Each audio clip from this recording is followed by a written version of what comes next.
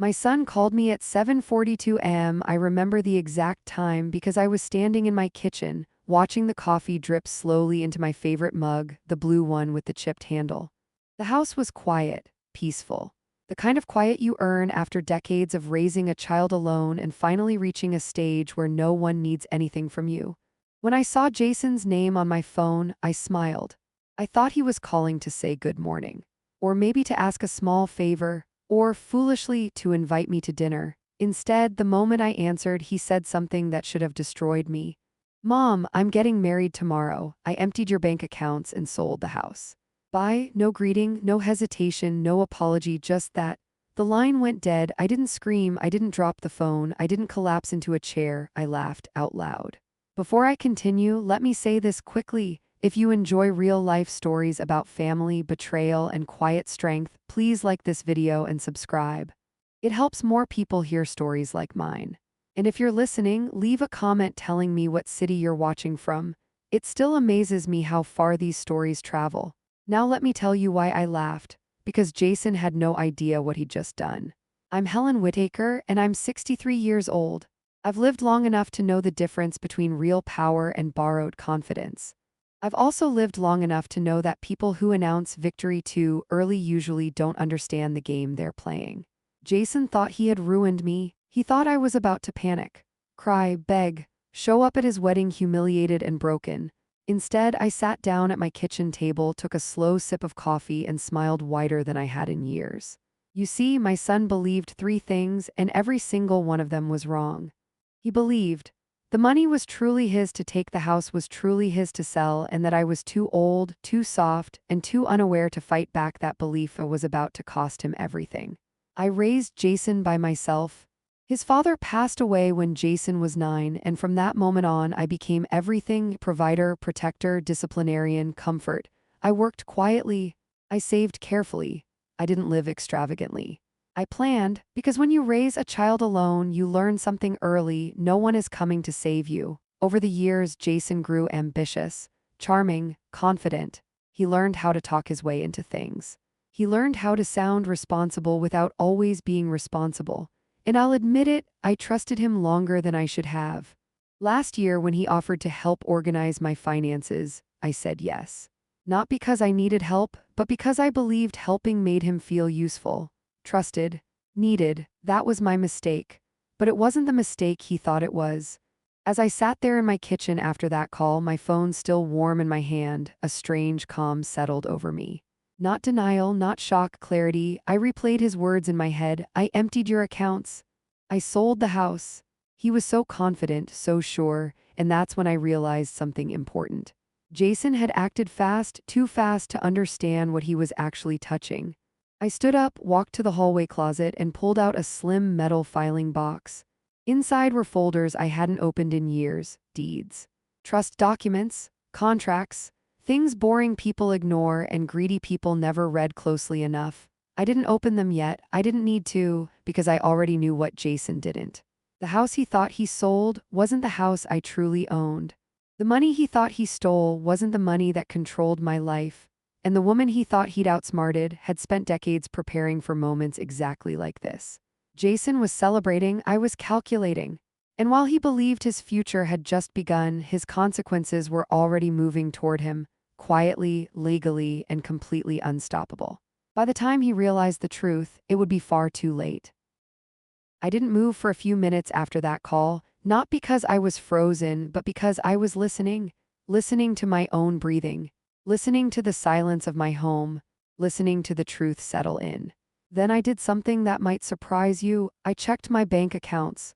Not frantically, not with shaking hands, calmly, just as I'd done every Sunday morning for years. And yes, Jason had taken money, a lot of it. Enough to make most people panic, enough to make headlines in a family argument. But as I scanned the numbers, another realization surfaced. He hadn't taken everything, not even close. What Jason accessed was what he thought was my financial world, the visible part, the surface accounts. The ones I intentionally kept simple. The ones I let him see. I leaned back in my chair and let out a slow breath. You see, when you grow up poor, when you spend years scraping and saving and worrying about what happens if you get sick or old or alone, you learn something most people never do. You don't put all your life in one place. Years ago, long before Jason ever showed interest in my finances, I made decisions quietly, not out of secrecy but out of survival, trusts, separate holdings. Legal structures people ignore because they assume family means safety. I walked into my study and opened the filing cabinet I rarely touched. Folder by folder, label by label, everything was exactly where it should be. My real home, the one I was standing in, wasn't even in my personal name. The larger assets were shielded, protected, untouchable. Jason hadn't stolen my life, he'd stolen what I'd left unlocked. And that told me everything I needed to know, because this wasn't desperation, it was entitlement. He didn't ask, he didn't warn me, he didn't hesitate, he assumed. An assumption is what gets people into trouble. I thought back to the last few months, the sudden interest in paperwork, the casual questions about account access, the way his fiancée, Natalie, looked around my home like she was mentally rearranging it. At the time, I'd brushed it off. Now the pattern was unmistakable. They hadn't planned carefully, they'd planned quickly, and that was their fatal error. I picked up my phone and did not call Jason back. Instead, I called Andrew Collins, the attorney who had helped me years earlier when I structured my affairs after my husband passed. When he answered, I didn't explain emotionally, I explained precisely. My son believes he's taken everything, I said. He hasn't, but he's crossed several legal lines. There was a pause on the other end. Helen, Andrew said carefully, are you safe? Yes, I replied, and I'm about to stay that way. That was when the situation officially stopped being personal and became strategic. Andrew told me to do 3 things immediately. Say nothing to Jason, document everything, let him continue believing he'd won. That last part made me smile, because Jason had always been impatient, and impatient people make mistakes. I spent the rest of the day quietly gathering records. Screenshots, statements, dates, times, digital footprints don't disappear, especially when people are careless. By evening, my phone buzzed again, a text from Jason. Relax. You'll be fine, we'll talk after the honeymoon. I stared at the message for a long moment, then I placed my phone face down on the table. He thought I was panicking, he thought I was confused, he thought I was powerless. What he didn't know was that every minute he celebrated, every dollar he spent, every contract he touched without understanding, he was digging himself deeper. And I wasn't rushing to stop him. Because sometimes the most powerful move you can make is letting someone believe the lie they told themselves. Jason thought he had taken my money, he thought he had sold my house. But the truth, he had just sold himself a future he didn't understand. And very soon, reality was going to introduce itself. That night I didn't sleep much. Not because I was afraid, because my mind was working. At 3:12 a.m., I was sitting at my dining table with a legal pad, a cup of cold tea, and 37 years of habits kicking in.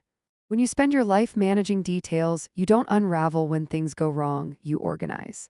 I started with one simple question: what exactly had Jason done and how? By morning, I had my answer. He hadn't hacked anything. He hadn't broken into accounts. He had used access I'd once given him years ago when his father was sick and I needed backup, just in case. Just in case.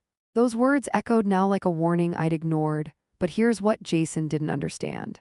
Access does not equal authority, and convenience does not equal ownership. I logged into the county property records before sunrise. 1 search, 2 clicks, there it was. A transaction pending on a property address Jason thought was my home. Except it wasn't. It was a rental property I'd purchased over a decade earlier, a modest place I'd kept intentionally separate, intentionally simple, intentionally visible. The real house, the one I lived in. The one Natalie had mentally claimed, that house wasn't in my personal name at all. It belonged to a family trust created long before Jason ever cared about money. And trusts don't play by emotional rules. They play by legal ones. I sat back and exhaled. Jason had sold something he didn't fully control. Worse, he'd done it fast, careless, which meant he'd skipped due diligence, which meant he'd missed the tenant lease still active on that property. 18 months remaining, signed, filed, enforceable. I didn't smile, I didn't gloat, I simply noted it. Then I moved on to the bank withdrawals. Jason had moved funds into a newly opened account again in his name, assuming no one would question it. But large transfers leave fingerprints. Banks don't care about family drama, they care about liability, and I knew exactly how to trigger scrutiny without making a scene. I called the bank's fraud department, not to accuse. Not to scream, just to ask a question. Can you explain these transfers to me? I said calmly. I don't remember authorizing them. Silence on the line, then the phrase I'd been waiting for. Mrs. Carter will need to open a review. Perfect. A review doesn't mean charges, it means eyes, and eyes lead to records. By noon, I'd documented everything: timestamps, access logs, withdrawal trails. By afternoon, Andrew Collins called me back. Helen, he said carefully, your son didn't just overstep, he exposed himself. That's when he explained it clearly. Jason had assumed I was unprotected. He'd assumed age meant confusion. He'd assumed I'd panic and beg. But legally, he was standing on very thin ice, possibly criminal, definitely civil. And then Andrew asked the question that mattered most. What do you want to happen next? I didn't answer right away, because the truth was complicated. Jason was my son, the same boy who used to fall asleep in the backseat clutching a juice box. The same teenager who swore he'd always take care of me. But the man who called me yesterday, that man had said goodbye like I was an inconvenience. And inconvenience is how people justify cruelty. I don't want revenge, I finally said. I want accountability. Andrew paused. Then don't interrupt him, he said. Let him keep going. I hung up and looked around my kitchen, still mine, still quiet, still safe. Jason thought the story was over, he thought he'd won. But stories like this don't end when someone takes something. They end when the truth catches up, and Jason had no idea how close it was. Because while he was planning a wedding, I was preparing a reckoning. And the next move would be his. By the next morning, Jason was acting like a man who believed the past was erased simply because he'd already spent the money. I knew this because he called, not to apologize, not to explain, to control. Mom, he said, forcing cheer into his voice, you don't need to stress, everything's handled. Handled, that word again. I'm glad you're not making a scene, he added quickly. Natalie was worried you'd overreact. Overreact. As if waking up homeless and broke was a personality flaw, I kept my voice even, soft, non-threatening. I'm not upset, I said. And for the first time that was true, he exhaled in relief. Good, then you'll come to the wedding tomorrow, right? There it was, the invitation not out of love but optics. A smiling mother in the front row makes a theft look like a misunderstanding. I'll be there, I said after a pause. Jason laughed. I knew you'd come around. Come around. As if I'd simply needed time to accept my role in his new life, silent, useful, disposable. After we hung up, I sat very still. Then I smiled. Because what Jason didn't understand was this: I wasn't attending as a guest. I was attending as closure. The wedding was expensive in that loud, insecure way money tries to impress people. White flowers everywhere, crystal glasses. A venue chosen for photos, not meaning. Natalie looked stunning, confident, glowing, victorious. She hugged me tightly when she saw me. I'm so glad you're here, Helen, she whispered, the words sweet, the tone sharp. This means a lot to Jason. Of course it does. Jason kissed my cheek like a man who believed forgiveness had been granted simply because no one had yelled. You okay? He asked. I'm perfect, I said. And I was, because while everyone else celebrated beginnings, I was watching patterns. The way Natalie spoke to vendors, the way Jason kept checking his phone, the way neither of them asked how I was doing, not once. During the reception, Jason raised a glass. To fresh starts, he announced. To independence. Into leaving the past behind. People clapped. I sipped my champagne. Fresh starts are wonderful things, especially when they're built on lies, because lies always collapse faster. Halfway through the evening, my phone vibrated quietly in my purse. A single text from Andrew Collins, funds frozen. Title company flagged discrepancies, buyers demanding answers. I didn't reply, I didn't need to. Because the clock had started, Jason danced. Natalie laughed, photos were taken. And somewhere far away from the music and promises, emails were being sent that Jason hadn't seen yet. I left early. No drama, no speeches. Just a kiss on the cheek and a smile. Enjoy your honeymoon, I told them. Jason waved. Natalie nodded. Neither of them noticed the way my hands were steady. That's the thing about storms. They're quiet right before they arrive. And as I drove home, to the house Jason thought he'd sold, I knew something with absolute certainty: tomorrow the marriage would still exist. But the illusion, that was about to shatter. And Jason Whittaker was going to learn a lesson no one had ever taught him before. That ownership isn't about what you take, it's about what you can prove. The call came at 6:47 a.m.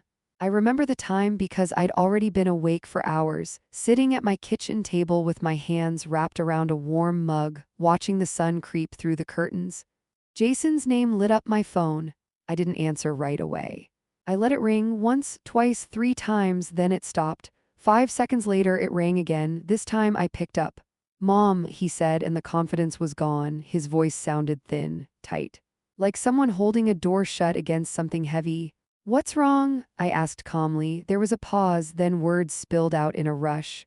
"The bank froze the account. The title company is calling. Natalie's freaking out. They're saying the buyers are threatening legal action. I don't understand what's happening."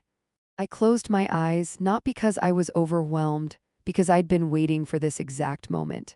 "Jason," I said gently, "did you read the lease?" "What lease?" he snapped, panic edging into anger. "The tenant lease on Oak Ridge Drive." Silence, then quieter. "There's a lease." "Yes," I replied. 18 months remaining. "Legally binding?" He inhaled sharply. "They can't do that," he said. "The house was empty when I sold it." "No," I corrected him. "You thought it was empty. You didn't ask. You didn't check. You assumed." His breathing was loud now. "They're saying the power of attorney paperwork is under review," he added. "That the notary information doesn't match." "Mom, what did you tell them?" "I told them the truth," I said. Another pause, longer this time. "You're doing this on purpose," he said finally. "You're trying to ruin my life." I looked around my kitchen again, the framed photos, the quiet, the stability he'd tried to rip away in one phone call. "No," I said softly. "You did that yourself." His tone changed. Lower, sharper. "You could fix this," he said. "Just call them, tell them it was a misunderstanding, tell them you approved everything." "And lie?" I asked. "You owe me," he snapped. "I'm your son." The words landed heavily, not because they hurt, but because they revealed everything. "I owed you care," I said. "Love, support, guidance. But I never owed you my future." He went silent. Then came the part I'd braced myself for. "Natalie's saying we might lose everything," he said. "The honeymoon, the condo deposit, all of it." I didn't respond. "You don't understand," he continued, desperation creeping in. "This was supposed to be our start. You don't even need that money. You're fine. You always said you didn't want to be a burden." I swallowed hard. "I said I didn't want to be a burden," I replied. "I didn't say I wanted to be robbed." His voice cracked. "Please, Mom, just help me fix this." There it was, not an apology, not remorse, just fear. And fear is loud, but it's not the same as accountability. "I am helping," I said quietly. "How?" he demanded. "By letting you face what you did." The line went dead. He hung up. I set the phone down slowly. My hands were steady, but my chest ached, not with guilt, but grief. Because in that moment, I finally understood something painful and permanent. Jason didn't see me as his mother. He saw me as a safety net. And safety nets are only noticed when they're gone. Outside, the day continued like nothing had happened. Birds, traffic, normal life. But for Jason, the walls were closing in. Emails would follow, letters, meetings, and soon consequences. And as hard as it was to admit, this chapter of his life could only end one way, because some lessons can't be explained, they have to be lived. 2 days passed without a word. No calls, no texts. That silence wasn't peace, it was strategy. I knew it the moment my doorbell rang at 8:12 p.m. I didn't rush to answer. I looked through the window first. Jason stood on my porch, and beside him, Natalie. She wasn't dressed like a bride anymore, no soft colors, no charm. Her posture was rigid, jaw tight, eyes sharp. This wasn't a visit, it was a confrontation. I opened the door calmly. "Mom," Jason said, forcing a smile that didn't reach his eyes. "We need to talk." "I know," I replied. "That's why I'm not inviting you in." Natalie blinked. Jason frowned. "What? We can talk right here," I said evenly. "Say what you came to say." Natalie didn't waste time. "This has gone far enough," she said flatly. "The bank is investigating, the buyers are furious. Jason could be charged." I looked at her, really looked. "And whose fault is that?" I asked. She scoffed. "Yours, obviously. You're his mother. You could have handled this privately." privately, like theft is just a family disagreement. Jason stepped closer. Mom, please, Natalie's right, this is spiraling. Because you lost control, I said. That's when Natalie snapped. Let's stop pretending, she said sharply. You don't need that money, you're comfortable, you're alone. You could have helped us? There it was, not love, not concern, entitlement. You stole from me, I said, and you're angry, I noticed. Jason rubbed his face. I didn't steal, I borrowed. Without permission, I replied. And then you lied. Natalie laughed, a short, bitter sound. You're acting like a victim, she said. But let's be honest. Everything you have was going to be Jason's anyway. The words hit harder than I expected, not because they hurt. Because they confirmed everything. So I should have died sooner, I asked quietly. Made things more convenient for you. Jason froze. Natalie didn't. Don't twist it, she snapped. I'm saying you're being selfish. You're choosing money over your son? I felt something inside me settle heavy, final. No, I said. I'm choosing dignity over betrayal. Jason's tone shifted, then darker. You know I can fight this, he said. I can say you approved it, that you forgot, that you're confused. Ah, there it was, the threat. You'd lie about your own mother, I asked. He didn't answer. Natalie crossed her arms. People your age lose clarity all the time. I stared at her. Get off my porch, I said calmly. Jason exhaled sharply. Mom, don't do this. You already did, I replied. Natalie leaned in, her voice low and cold. If you don't fix this, she said, we'll make your life very difficult. I smiled. Not because I was amused, because I was done being afraid. You already tried, I said, and it didn't work. I stepped back and closed the door. I locked it. And for the first time since that phone call days ago, I felt something like relief. Because now I knew they weren't sorry, they weren't remorseful, they were desperate and dangerous. And that meant the next step wasn't negotiation, it was protection. I picked up my phone and called Andrew Collins. They threatened me, I said simply. There was a pause, then his voice turned firm. Good, he said, now we move fast. I sat down, heart steady, because when people show you who they are, you believe them, and you act accordingly. And Jason Whittaker had just crossed the final line. The consequences were no longer optional, they were inevitable. Things moved quickly after that, not dramatically, not loudly, but relentlessly. That's how real consequences work. The next morning, Andrew called me before I'd finished my coffee. Helen, he said, we're filing today. Everything? I asked. Yes, bank fraud, forgery review, fraudulent property sale. And after last night, coercion? I closed my eyes and nodded, even though he couldn't see me. Do it? Once those words left my mouth, there was no going back, and oddly enough, I didn't feel panic. I felt clarity. By noon, official notices were sent. By evening, Jason's accounts were fully frozen. By the following morning, investigators were involved. Jason called, over and over. I didn't answer, because there was nothing left to say. 3 days later, I got a knock at my door, not Jason this time. 2 men in suits, polite, professional. Mrs. Carter, one said, we're following up on a financial complaint you filed. I invited them in. I told the truth. All of it. I showed them records, dates, documents. They didn't interrupt, they didn't judge, they took notes. And when they left, one of them said something I'll never forget. You did the right thing. That night, Jason finally sent a message. Not a call, a text. You're destroying my life. I stared at the screen for a long time, then I typed back, no. I stopped protecting you from the consequences of your choices. That was the last thing I said to him directly. After that, the news came in pieces. The buyers of the property filed suit. The title company disavowed the sale. Natalie's name appeared on documents she claimed she knew nothing about. And then, the one that shook me the most. Jason had tried to tell investigators that I was confused, that I had memory issues, that I had given permission and forgotten. But here's the thing about lies, they don't survive paper trails. Medical records showed no cognitive impairment. Bank logs showed consistent behavior until Jason intervened. Witnesses confirmed timelines. The story he'd built collapsed under its own weight. 2 weeks later, Andrew called again. They're offering him a deal, he said. My heart tightened. What kind? Restitution, probation, criminal record. I was silent. And, Andrew asked, and he has to admit everything, he continued. In writing. I looked out the window. At my garden, my home, my life. Tell him I'm not negotiating, I said. Andrew exhaled softly. I thought you might say that. When Jason finally realized there would be no rescue, no last-minute forgiveness, something shifted. He stopped calling, Natalie stopped showing up, and then quietly, almost anticlimactically, the marriage began to crack. Because relationships built on theft don't survive accountability. And the most painful truth of all. I wasn't angry anymore, I was grieving. Not the son who stood accused, but the son I thought I had. And grief, unlike rage, doesn't demand revenge, it demands truth. And I was finally living in it. One chapter remained. And it wouldn't be about punishment, it would be about peace. The final hearing was quiet. No shouting, no dramatics, just facts, signatures, and consequences written in black ink. Jason didn't look at me when the terms were read aloud.